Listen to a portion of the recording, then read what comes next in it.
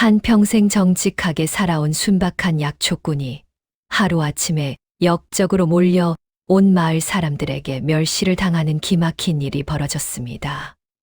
눈보라 속에서 죽어가는 여인을 살려낸 선행이 어찌하여 그의 목숨을 옥죄는 대죄가 되었단 말입니까? 하지만 여러분, 너무 분해하지 마십시오. 매서운 겨울바람 끝에 반드시 봄이 오듯 탐관오리의 추악한 위선이 처참히 무너지는 통쾌한 반전이 기다리고 있으니까요. 과연 눈 속에 파묻혀 있던 이 여인의 진짜 정체는 무엇이며 두 사람의 운명은 어디로 흘러가게 될까요? 오늘 이야기 시작하기 전에 구독과 좋아요를 눌러주십시오. 그럼 이야기 시작하겠습니다. 하늘과 땅의 경계조차 희미해진 깊은 겨울의 중턱, 강원도 어느 이름 모를 산골짜기에는 사르레드, 차가운 삭풍만이 대지를 핥히고 있었습니다. 온 세상이 하얗게 지워진 그곳에서 약초꾼 무길은 허리까지 빠지는 눈더미를 헤치며 힘겨운 발걸음을 옮기고 있었지요. 무길은 날마다 지게를 지고 산을 오르며 언 땅 속에 숨은 약불이라도 캐어 장터에서 곡식과 바꿈으로써 간신히 하루의 끼니를 이어가는 처지였습니다. 비록 홀로 사는 처량한 신세였으나 무길의 마음씨는 그 누구보다 따스했고 성실하기로 소문이 자자했습니다.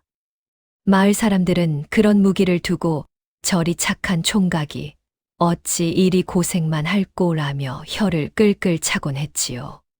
후, 이번 눈이 그치지 않으면 올겨울을 어찌 날고. 저 높은 참나무 가지 끝에 걸린 겨우살이라도 한 짐 해가야 장터에서 좁쌀이라도 바꿀 텐데. 무길은 눈 덮인 산비탈을 타며 고개를 높이 쳐들었습니다. 겨울산에서 유일하게 푸른 빛을 띠며 생명력을 자랑하는 겨우살이는 눈보라 속에서도 약초꾼의 눈을 피하기 어렵기 때문입니다. 혹은 눈더미 아래 삐죽이 솟은 마른 지치 줄기라도 발견한다면 그 붉은 뿌리를 캐내어 큰 돈을 만질 수도 있다는 희망 하나로 무길은 언손을 비비며 나아갔습니다. 눈발이 점점 거세져 앞이 보이지 않던 그때였습니다.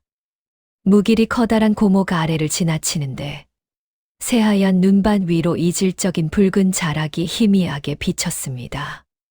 처음에는 그저 산짐승의 흔적이라 생각했으나 다가갈수록 그것은 사람의 형상을 띠고 있었습니다. 아니, 이런 곳에 어찌 사람이 있단 말인가. 무길은 깜짝 놀라 급히 무릎을 꿇고 눈을 헤쳐보았습니다. 그곳에는 한 여인이 꽃봉오리처럼 웅크린 채 쓰러져 있었습니다. 그녀의 이름은 이설화.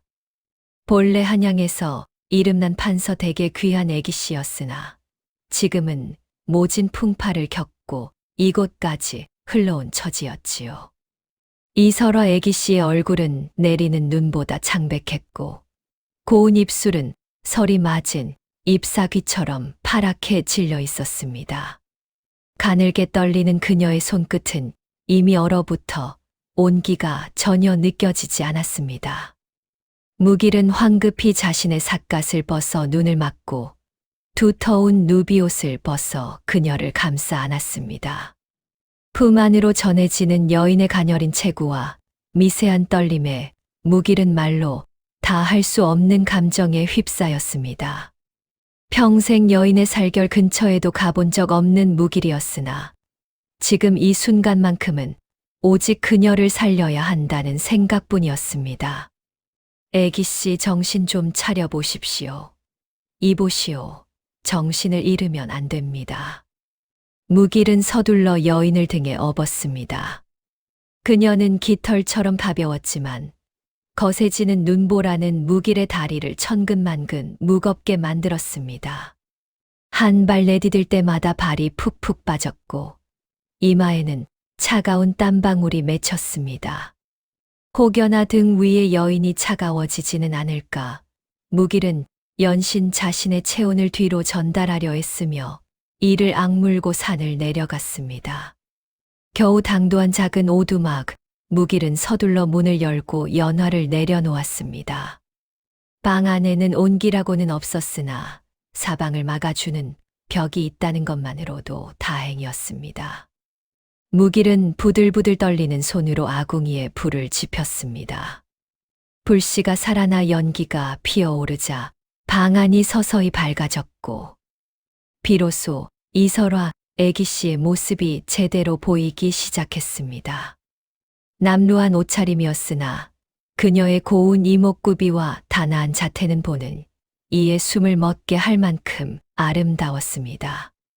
무길은 여인의 젖은 옷을 갈아입혀야 한다는 생각에 도달하자 얼굴이 화끈거렸습니다. 감히 양반과 여인의 몸에 손을 대는 것이 천부당만부당한 일이었으나 이대로 두면 목숨이 위태로울 것은 자명했습니다. 애기 씨, 무례를 용서하십시오. 소인은 그저 애기 씨를 살리고자 함이니. 무길은 눈을 질끈 감고 조심스럽게 그녀의 저고리 고름을 풀었습니다.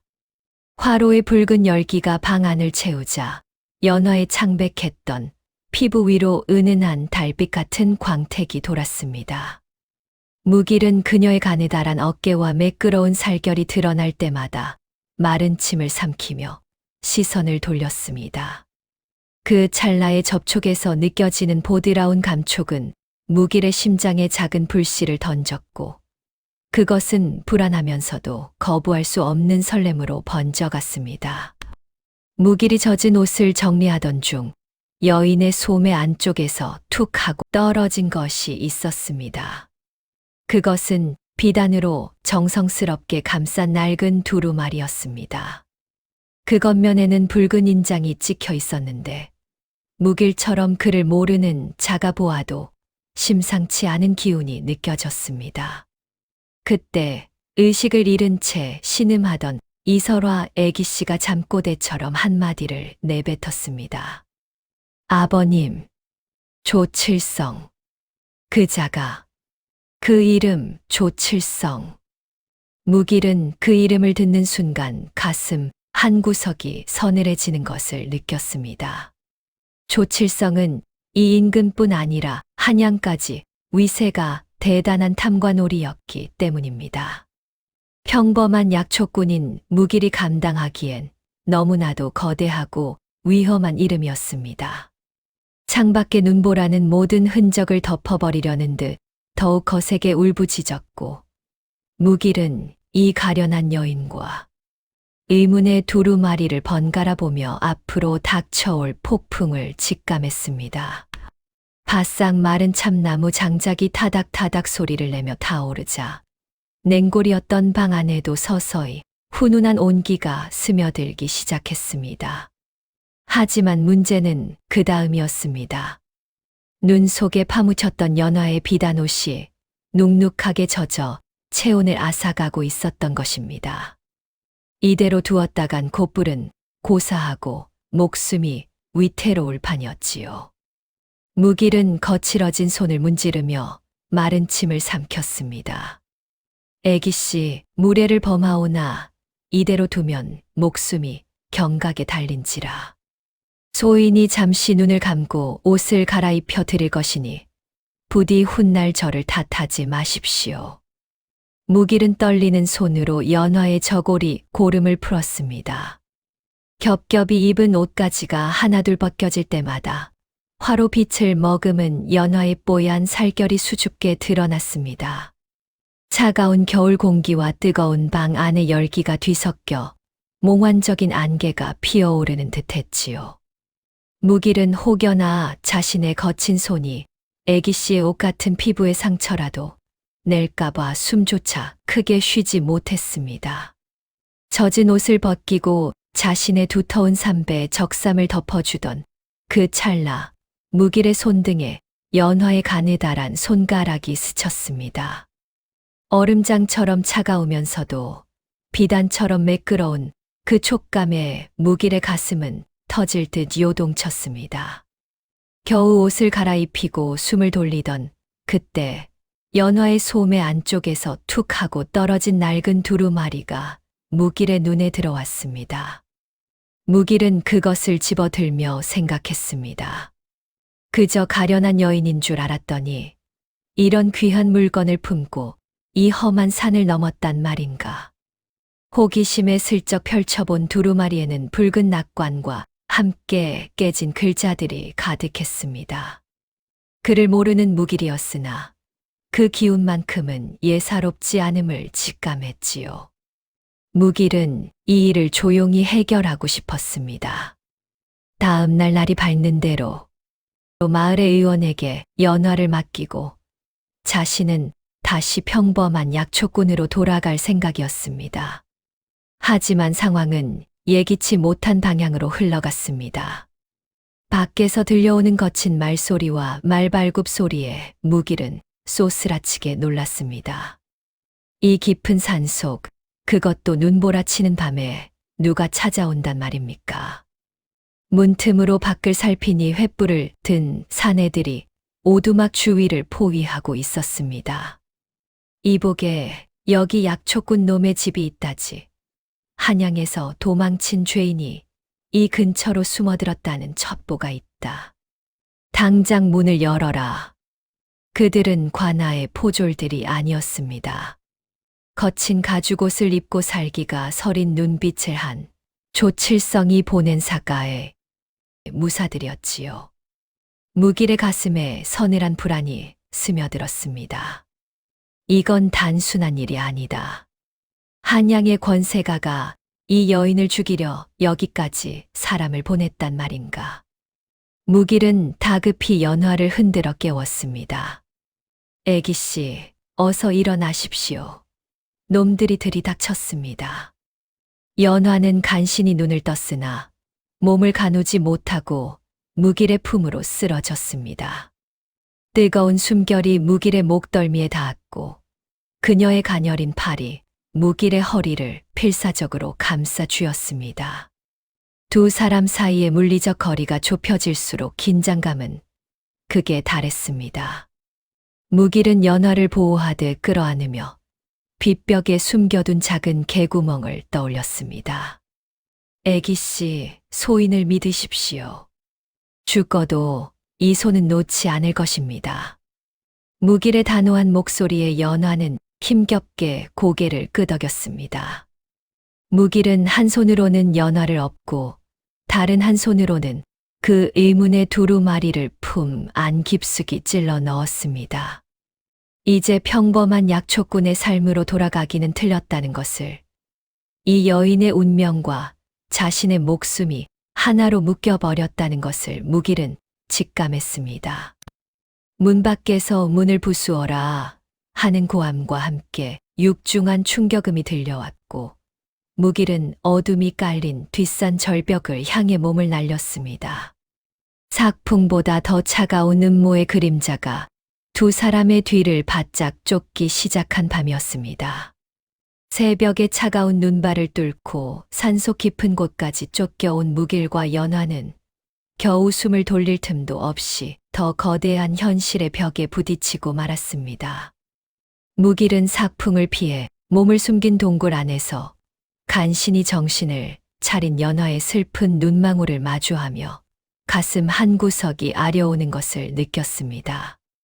그녀는 떨리는 목소리로 자신이 쫓기는 이유가 조칠성의 모략에 빠져 영모의 누명을 쓴 아버님 때문이며 품에 지닌 두루마리가 그 진실을 밝힐 유일한 열쇠임을 고백했습니다. 그때 동굴 밖에서 횃불의 일렁임과 함께 낯선 목소리들이 들려왔습니다. 조칠성의 사가 무사들뿐만 아니라 은자를 탐내어 길잡이 노릇을 자처한 마을 장터의 무리들이었지요. 그들의 중심에는 무길이 평소 형님이라 부르며 따르던 마을의 사냥꾼 장수도 있었습니다. 장수는 동굴 어귀를 향해 살기 어린 외침을 내뱉었습니다. 무길아, 내 이놈 정령 제정신이냐? 그 계집은 나라를 뒤흔든 역적의 씨앗이다. 당장 그년을 내놓고 나오면 내 목숨줄은 살려주마.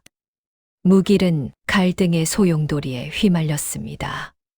평생을 성실하게 살아온 그에게 역적을 숨겨준다는 것은 가문 대대로 내려온 양심을 저버리는 일이었으며 동시에 마을에서 영영 쫓겨나 고립될 것을 의미했습니다. 하지만 그의 품에 의지에 가늘게 떨고 있는 연화의 손은 얼음장처럼 차가웠고 그녀의 눈망울은 무길에게 유일한 희망을 갈구하고 있었지요. 무길아, 그 계집 때문에 우리 마을 전체를 피바다로 만들 셈이냐? 내 놈이 정녕 미쳤구나. 밖에서는 비난 섞인 고함이 이어졌고 무길의 가슴은 천 갈래 만 갈래로 찢어지는 듯 했습니다. 그러나 무길은 결심했습니다. 사람의 도리가 무엇인지, 그리고 이 가련한 여인의 진심이 어디에 있는지 그는 보았습니다. 무길은 품 안의 두루마리를 꽉 움켜쥐며 낮은 목소리로 대답했습니다. 나는 역적을 지키는 것이 아니라 억울하게 죽어가는 사람을 살리려는 것이오. 당신들이 탐내는 것은 은자이나 내가 지키는 것은 사람의 목숨이오. 이 선택의 대가는 참혹했습니다. 장수는 침을 뱉으며 이제 너는 우리 마을 사람이 아니다. 관아에 고하여 내 놈의 목을 치게 할 것이다. 라며 절교를 선언했고 마을 사람들은 무길을 향해 저주를 퍼부으며 산을 내려갔습니다. 이제 무길은 자신이 태어나 자란 고향으로부터 완전히 버림받은 처지가 되었습니다. 횃불의 흔적이 사라지고 사방이 다시 적막에 잠기자 동굴 안에는 오직 무길과 연화 두 사람의 거친 숨소리만이 남았습니다. 연화는 자신 때문에 모든 것을 잃게 된 무길을 보며 소리 없이 눈물을 흘렸고 무길은 어둠 속에서 홀로 남겨진 자신의 처량한 처지를 실감하며 씁쓸하게 웃었습니다. 애기씨, 걱정 마십시오. 소인은 비록 고립되었으나 양심만은 잃지 않았습니다. 무길은 차갑게 식어가는 잿더미를 바라보며 이제는 돌아갈 수 없는 마을의 불빛을 마음속에서 지워냈습니다. 어둠 속에서 홀로 남겨진 무길의 등 뒤로 다시금 하얀 눈이 소리 없이 쌓이며 그가 살아온 과거의 모든 흔적을 비정하게 덮어버리고 있었습니다. 어둠이 짙게 깔린 산속 동굴에서의 하룻밤은 무길에게 천년과도 같은 무게로 다가왔습니다. 날이 밝자마자 무길은 기운을 차리지 못하는 연화를 부축하여 마을 외곽의 허름한 주막으로 향했으나 그곳에서 기다리고 있는 것은 따스한 국밥 한 그릇이 아닌 차가운 멸시와 독설뿐이었지요. 장터 주막을 운영하며 온갖 소문을 퍼뜨리던 월량은 무길을 보자마자 바가지에 든 구정물을 마당에 쏟아내며 소리를 질렀습니다. 아이고, 우리 마을 망신은 저 약초꾼 놈이 다 시키는구먼. 역적의 자손을 끼고 돌며 관가에 대들더니 무슨 낯으로 다시 여길 기어들어오는 게야? 월량의 고함의 주막에 모여있던 장꾼들과 마을 사람들이 우르르 몰려 나왔습니다. 그들은 무길에 해진 옷자락을 잡아당기고 그의 등에 엎여있는 연화를 향해 손가락질하며 온갖 모욕적인 언사를 내뱉었지요. 평소 형님 동생하며 무길의 성실함을 칭찬하던 이들이 이제는 그를 침뱉을 죄인 취급하며 등을 돌리고 있었습니다. 무길은 쏟아지는 비난 속에서 수치심에 얼굴이 벌겋게 달아올랐고 부들부들 떨리는 주먹을 꽉 쥐었으나 아무런 대꾸도 할 수 없었습니다. 이보게들, 이놈이 조칠성 대감의 사람들을 따돌리고 도망친 고약한 놈이라네. 당장 관가에 고발해서 본때를 보여줘야 해. 한 사내가 무길의 뺨을 후려치자 그가 메고 있던 망태기가 바닥에 나뒹굴며 어제 캐온 겨우살이와 지치 뿌리들이 진흙탕 속으로 짓밟혔습니다. 무길은 무릎을 꿇은 채 흙탕물을 뒤집었으며 삶의 터전이 완전히 무너지는 것을 보았습니다. 사랑하는 여인을 지키려 한 대가가 이토록 처참한 모욕과 절망일 줄은 꿈에도 몰랐던 것이지요. 등 뒤에서 흐느끼는 연화의 작은 울음소리가 무길의 심장을 칼로 베는 듯 아프게 파고들었습니다. 모두가 떠나고 텅 빈 주막 마당에 홀로 남겨진 무길의 가슴 속에서는 이내 뜨거운 무언가가 끓어오르기 시작했습니다. 그것은 자신을 짓밟은 세상을 향한 분노였고, 또한 억울하게 죽어간 연화의 아버지를 향한 연민이었습니다. 무길은 진흙투성이가 된 지칫뿌리를 하나 집어들며 이를 악물었습니다.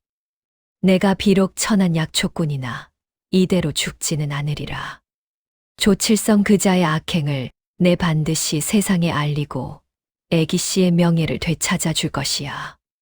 수치심으로 가득 찼던 무길의 눈빛에 다시금 단호한 결의가 서렸습니다. 절망의 끝바닥에서 무길은 다시 일어서겠다는 결심을 굳히며 품속에 숨긴 두루마리를 소중히 어루만졌습니다. 이제 그는 단순히 도망치는 자가 아니라 진실을 밝히기 위해 투쟁하는 남자가 되어 어둠 속으로 강인한 발걸음을 내디뎠습니다. 모진 수모를 겪고 마을에서 쫓기듯 물러난 무길은 연화를 부축하여 다시 깊은 산속으로 몸을 숨겼습니다. 삭풍을 피해 들어간 어느 바위 틈 아래서 무길은 거칠어진 손으로 연화의 차가운 손을 감싸 쥐었습니다.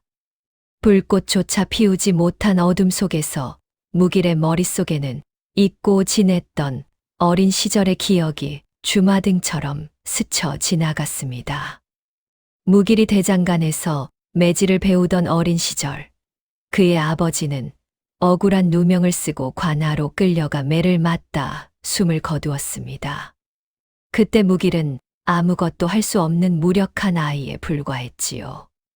아버지는 마지막 숨을 내쉬며 무길아, 남의 것을 탐내지 말고 사람의 도리를 다하며 살 거라라는 유언을 남겼습니다.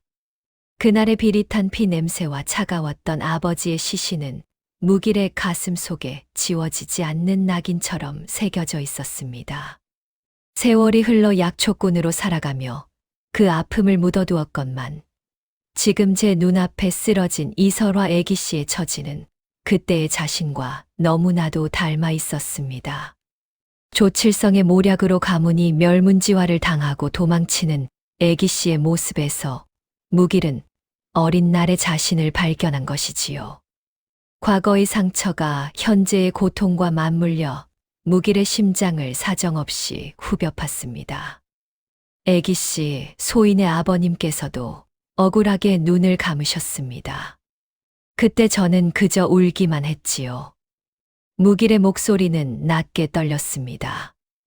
연화는 힘겹게 눈을 떠 무길을 바라보았습니다. 무길은 품 안의 두루마리를 더욱 꽉 움켜쥐었습니다. 이제 이 싸움은 단순히 여인을 구하는 일을 넘어 돌아가신 아버님께 다하지 못한 효도이자 세상을 향한 마지막 양심을 지키는 투쟁이 되었습니다. 그때의 희생을 헛되이 하지 않으려면 지금 이 여인만큼은 반드시 지켜내어 진실을 밝혀야만 했습니다. 소인이 다시 나아갈 길을 알 것 같습니다. 애기 씨의 아버님과 저희 아버님이 하늘에서 보고 계실 것이니 결코 포기하지 않으렵니다. 어둠 속에서 무길은 비로소 깨달았습니다. 자신이 왜 그 눈보라를 뚫고 산에 올랐는지, 왜 이 여인을 그냥 지나치지 못했는지를 말입니다. 그것은 하늘이 준 인연이자 자신의 삶에 의미를 더해줄 마지막 기회였던 것입니다.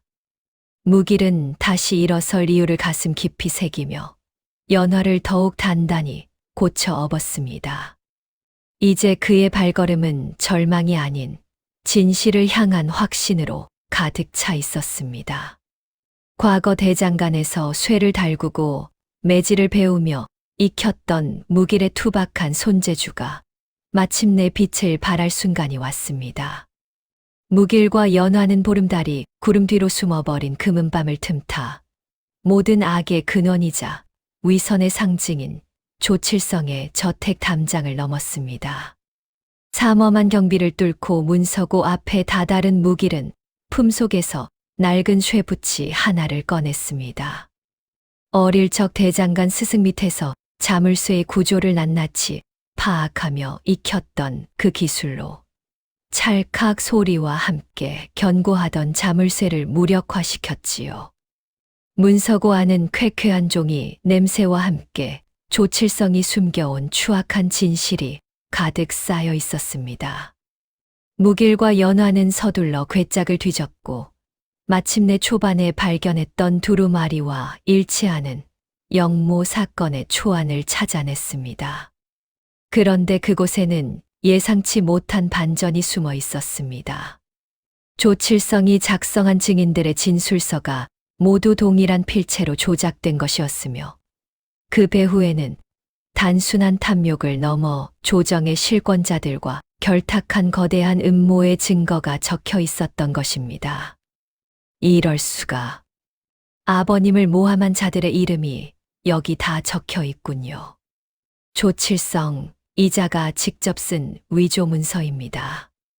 연화의 떨리는 목소리가 정적을 깨는 순간 문서고의 문이 벌컥 열리며 조칠성이 거만한 웃음을 지으며 나타났습니다.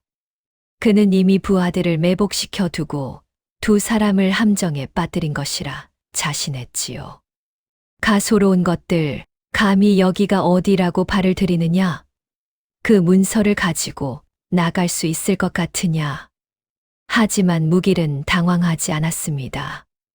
오히려 그는 품속에서 또 다른 서찰 하나를 꺼내 들었습니다.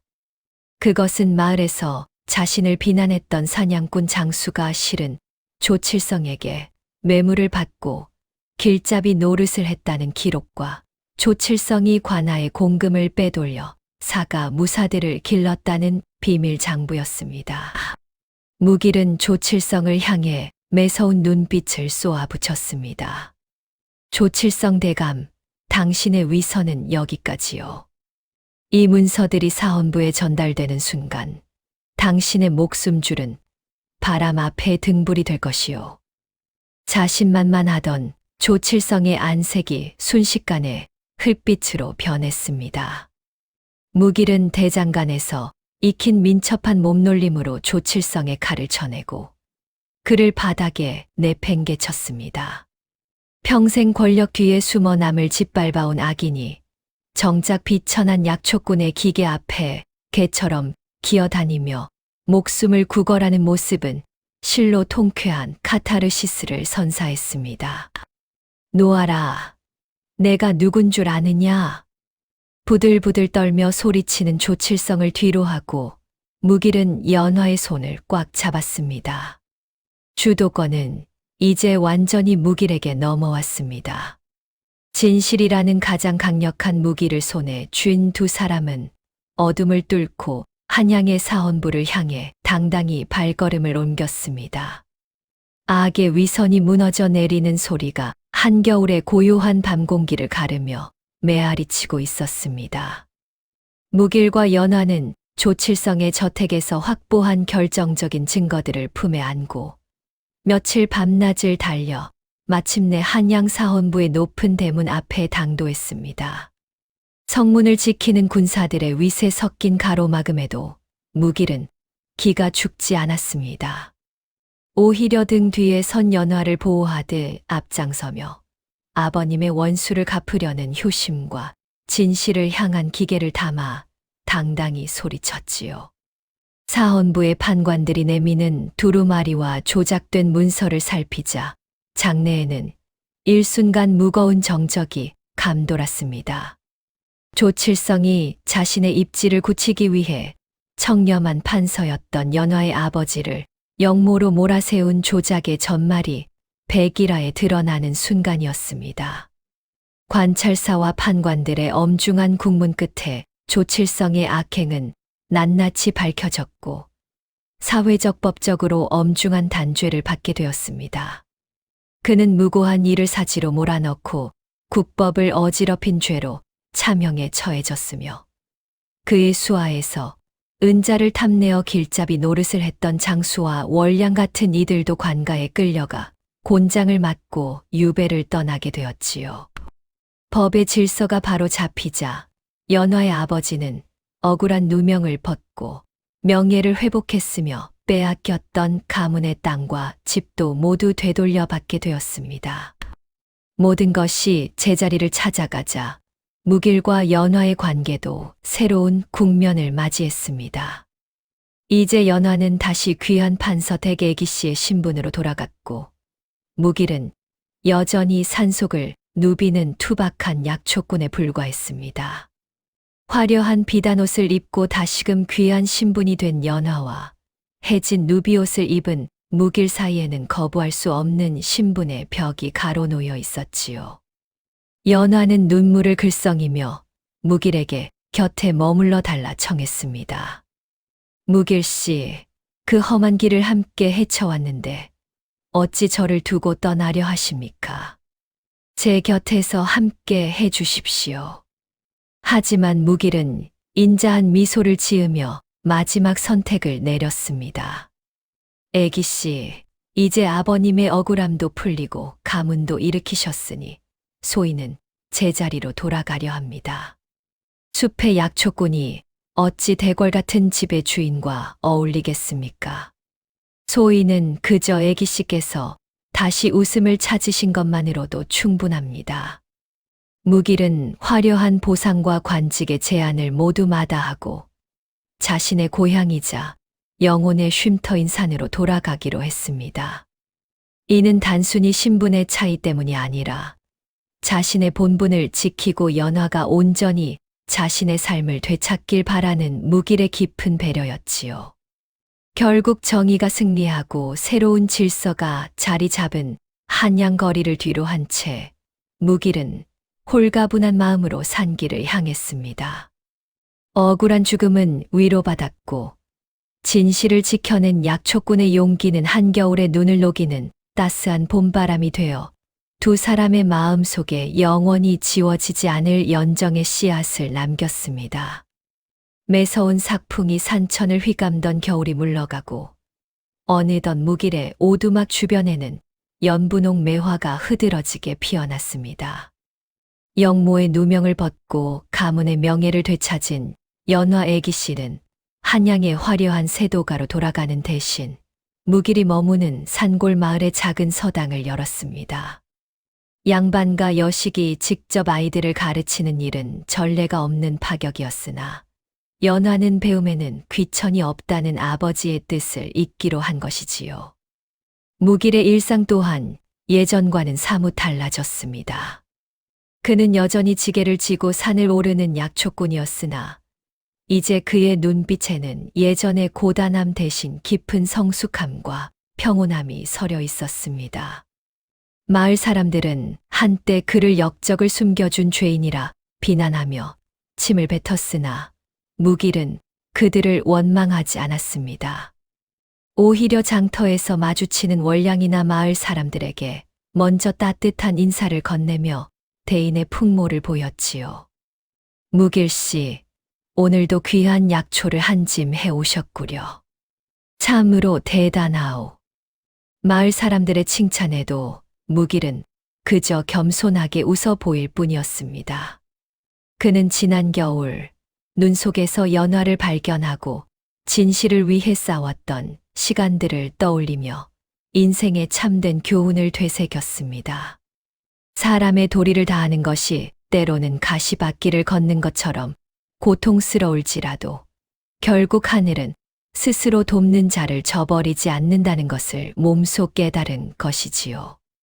해질녘 묵일은 아이들의 글 읽는 소리가 낭낭하게 울려 퍼지는 서당으로 발걸음을 옮겼습니다.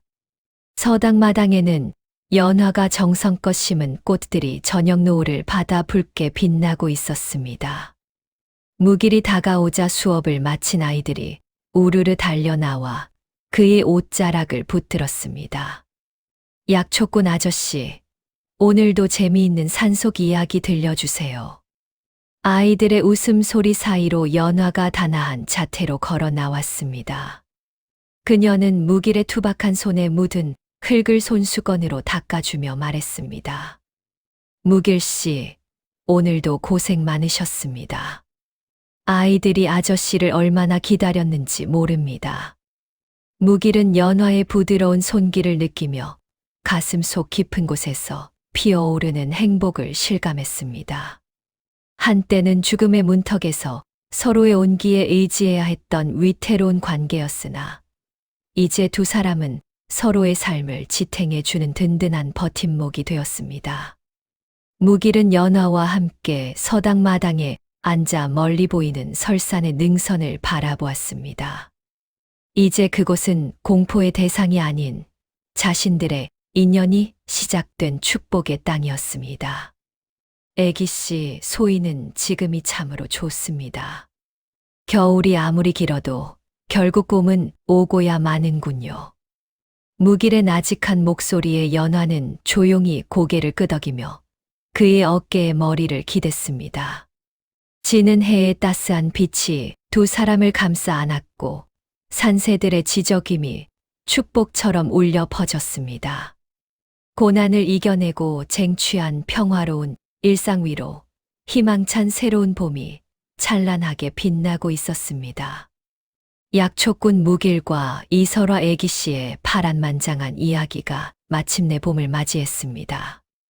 눈보라 속에서 피어난 진실이 여러분의 마음에도 깊은 울림을 주었기를 바랍니다.